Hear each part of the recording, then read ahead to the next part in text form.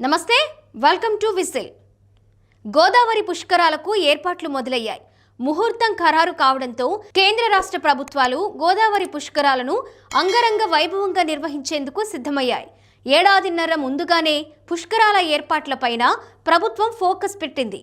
ఆంధ్రప్రదేశ్ రాష్ట్రంలో ఇప్పటికే పుష్కరాల కోసం 6 జిల్లాల్లో పుష్కర ఘాట్లు సిద్ధం చేస్తున్నారు. ప్రయాగరాజ్లో నిర్వహించిన కుంభమేళా తరహాలో ఈసారి గోదావరి పుష్కరాలకు ఏర్పాట్లు చేస్తున్నారు. టెంట్ సిటీలు, హోమ్ స్టేలు ఏర్పాటు చేస్తున్నారు. అదేవిధంగా రవాణా సౌకర్యం అన్ని ప్రాంతాల నుంచి ఏర్పాటు చేసే విధంగా కసరత్తు జరుగుతోంది. గోదావరి పుష్కరాలను జూన్ 26, 2027 నుంచి జూలై 7, 2027 వరకు 12 రోజుల పాటు నిర్వహించాలని నిర్ణయించారు.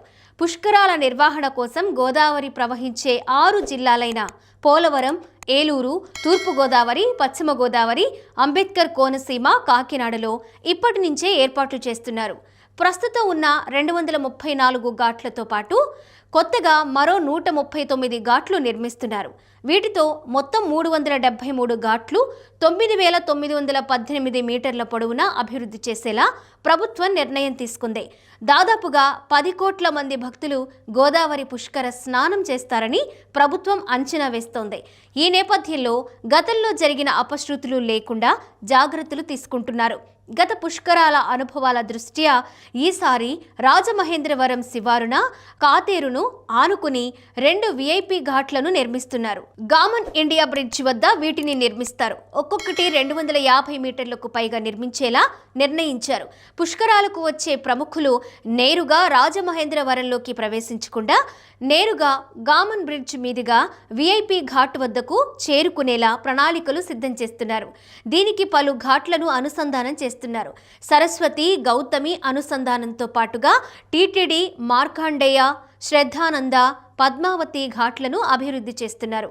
అదేవిధంగా ధవళేశ్వరం వద్ద సుమారు 37 కోట్ల రూపాయలతో బండ్ రోడ్ను విస్తరిస్తున్నారు. సుబ్బయ్యమ్మ, ఆల్గట్ గార్డెన్స్ ఘాట్ల విస్తరణ పనులు ఇప్పటికే ప్రారంభించారు.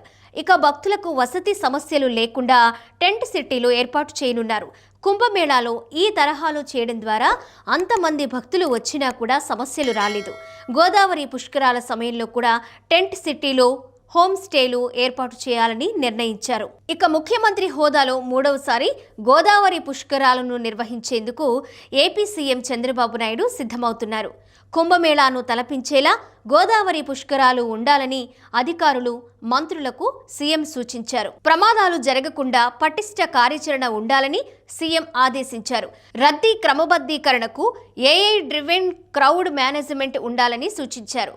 తన హయాంలో 3వసారి గోదావరి పుష్కరాలు నిర్వహించడం తన అదృష్టమని చంద్రబాబు వ్యాఖ్యానించారు. గోదావరి పుష్కరాలకు ముందే పోలవరం ప్రాజెక్టు పనులు పూర్తయ్యేలా చూడాలని సూచించారు చంద్రబాబు.